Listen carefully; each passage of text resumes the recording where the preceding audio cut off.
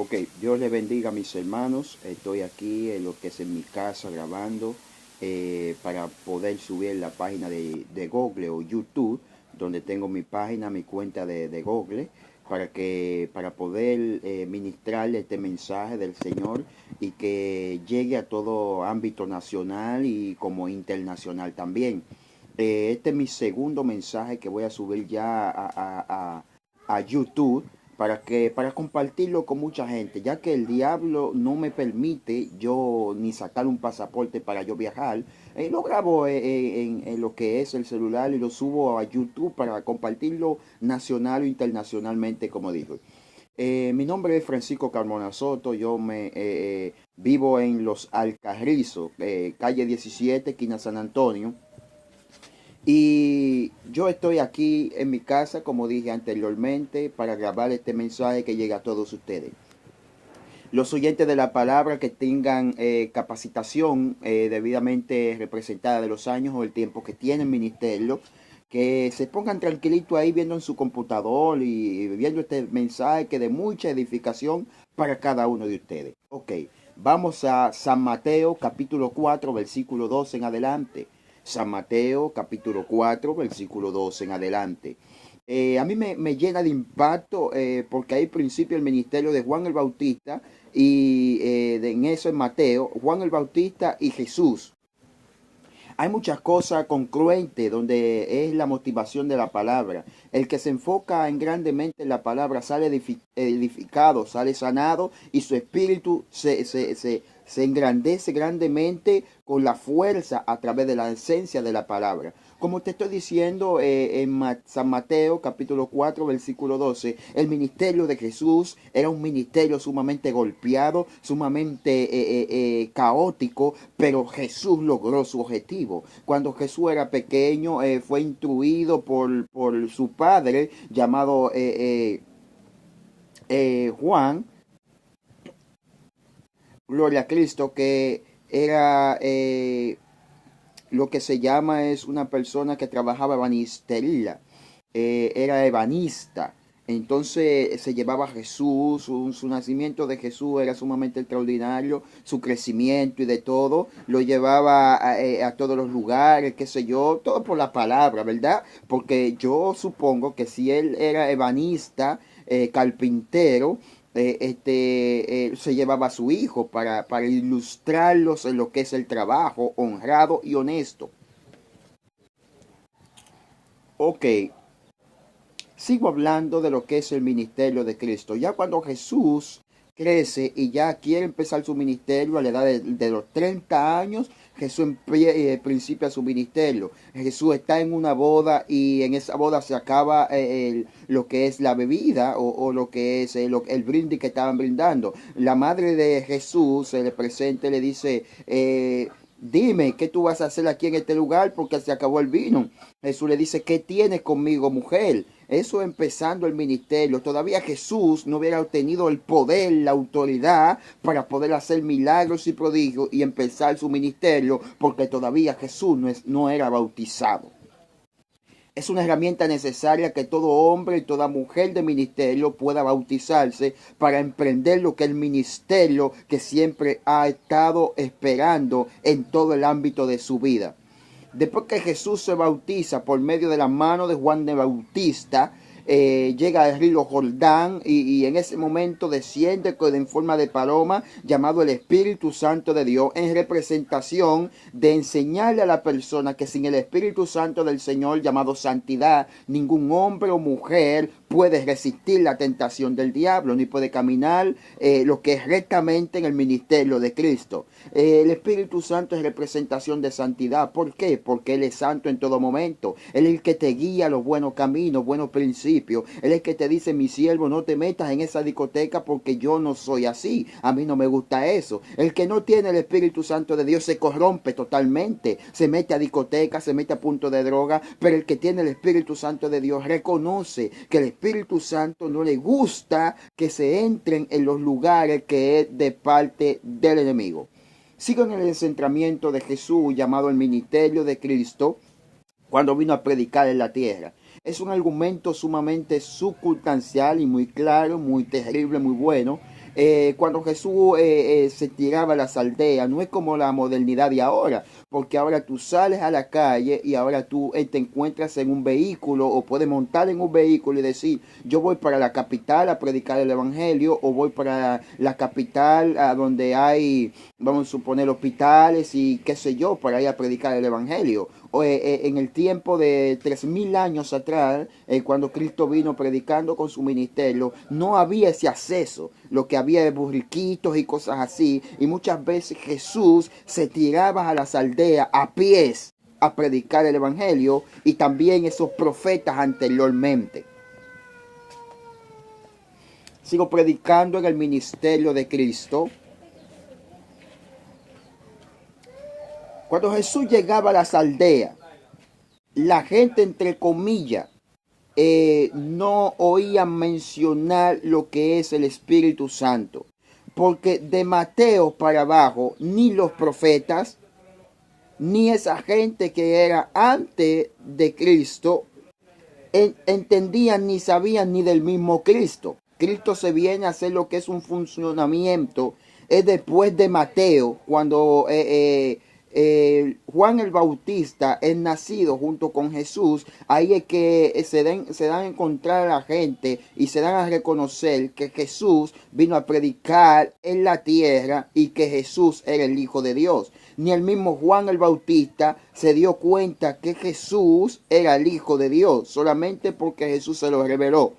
Si nos ponemos a ver, Juan el Bautista dice predicando, el reino de los cielos se ha acercado, abriéndole el camino a Jesús, pero él decía, viene uno mayor que yo para predicar el evangelio. Él desconocía, él pensaba que era un profeta más, él pensaba que era una gente como cualquier otro, él no pensaba que era el Hijo de Dios Altísimo que venía a predicar el evangelio, la esencia del reino. ¿Alguien está aquí? Una pausa tranquila para seguir empezando lo que es el ministerio de Cristo. Algo muy esencial que se ha desconocido a la gente. Mira, cuando Jesús llegaba a una aldea y la aldea estaba atada por el diablo, automáticamente los demonios se descontrolaban, porque la unción, Jesús caminando en el desierto, y si una aldea tenía más de 100 kilómetros, Jesús caminando en el desierto, la aldea se sentía conmovida a causa de la unción que portaba Jesús. Ya los demonios sabían y los principados sabían que Jesús iba a ir a esa aldea para darle liberación, para darle sanidad, para hacer restauración y hacer cosas grandes en esas aldeas. Los demonios empezaban a recoger sus motetes y a irse de ahí. Gloria a Cristo. Las funciones de lo que habla del ministerio de Jesús, centrado en el ministerio, cuando Jesús predicaba a gente atada, leprosos, paralíticos y muertos, que Jesús libertaba a través de la palabra del reino de Dios, era algo sumamente impactante, porque nadie pensaba que un hombre, un Dios a través en sangre, cuerpo y espíritu de Dios, podía levantar un muerto, podía levantar paralítico. Se desconocía de estas sanidades. Solamente se conocía la sanidad a través de medicina frontal del tiempo anterior. Pero se desconocía que un hombre poniendo sus manos y decirle, levántate un muerto, el muerto se levantaba. Era algo extraordinario que la gente no podía captar con su mentalidad. Por eso era que en el tiempo anterior la gente quedaba impactada con lo que Jesús hacía en las distintas aldeas. Se maravillaban. Hago otra pausa muy buena. Sigo predicando en el ministerio de Cristo.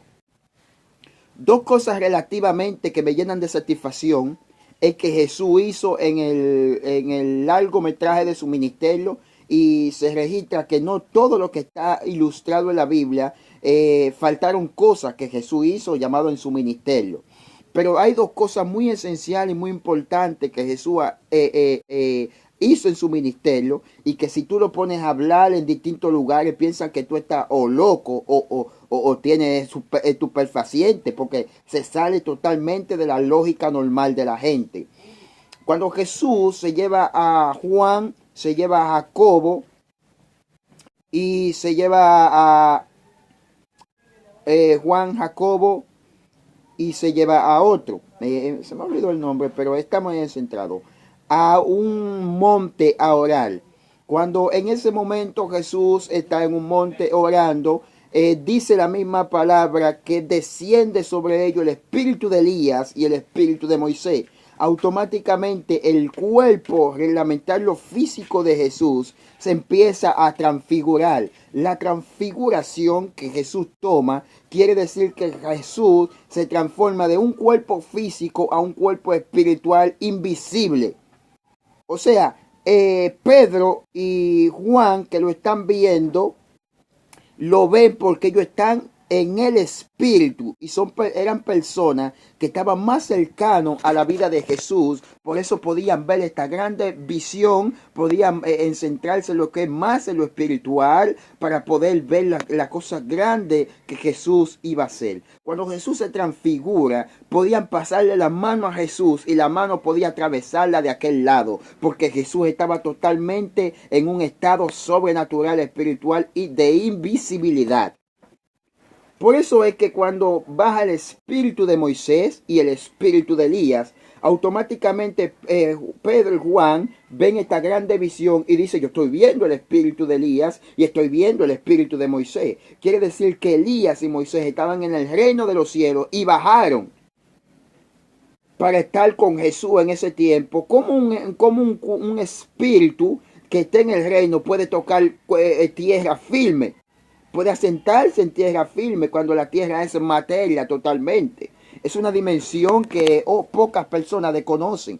Quiere decir que un ser humano normal puede llegar al estado físico de convertirse espiritual del tiempo de la transfiguración, como se transfiguró Jesús, y poder abarcar todos los tiempos reglamentarios, incluso poder atravesar cosas estando en su cuerpo físico, pero convertido en cuerpo sumamente celestial o espiritual. ¿Ok? ¿Alguien está oyendo esto? Muy esencial, muy bueno. Hay otras cosas que cuando Pedro está sobre la barca, los discípulos, dice que en el mar ellos ven como en un momento que hay como un fantasma. ¿Ok? Entonces, en ese estado, Pedro y los discípulos están reconociendo que es Jesús. Jesús se da a conocer a ellos, le dice: soy yo, no temáis. Entonces ellos dicen asustados: pensamos que era un espíritu. Entonces, viendo a Jesús que estaba caminando sobre el mar, Pedro le dijo: maestro, voy. Pedro era un hombre llamado terriblemente al ministerio, pero algo más, Pedro creía en la palabra. Automáticamente Jesús le dice: Pedro, ven. Pedro le dice: maestro, yo voy porque yo confío. Entonces Pedro sale de la barca y empieza a caminar sobre el mar. Como la ciencia médica o la ciencia de investigación a nivel de funcionamiento de investigación profunda puede diagnosticar que un cuerpo físico tenga la capacidad elemental de poder caminar sobre las aguas en un estado sobrenatural espiritual.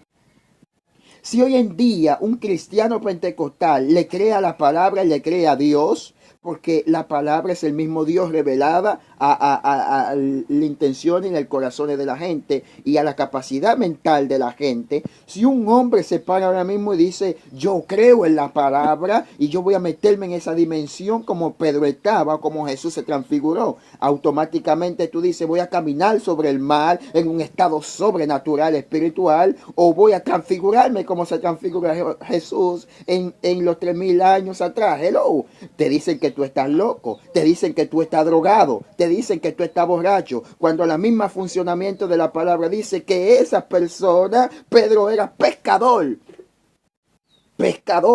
peces.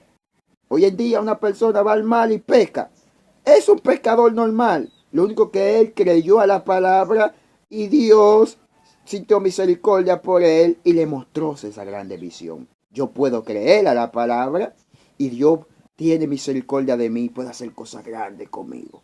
Pero hoy en día hay gente que en vez de ayudarte a subir y a crecer en el ministerio, son los primeros que te derrumban en el ministerio, en el centro ministerial. Te ponen manera que eres loco creyéndole a la palabra. Este es mi segundo estado de predicación y va a ser subido a YouTube.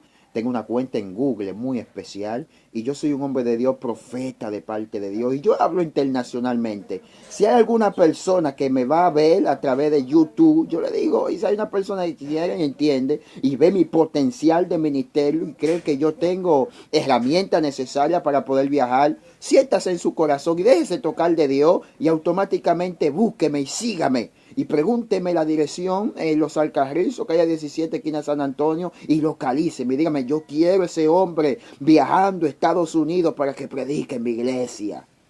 Y usted va a ver que no se va a arrepentir y va a ser bendecido.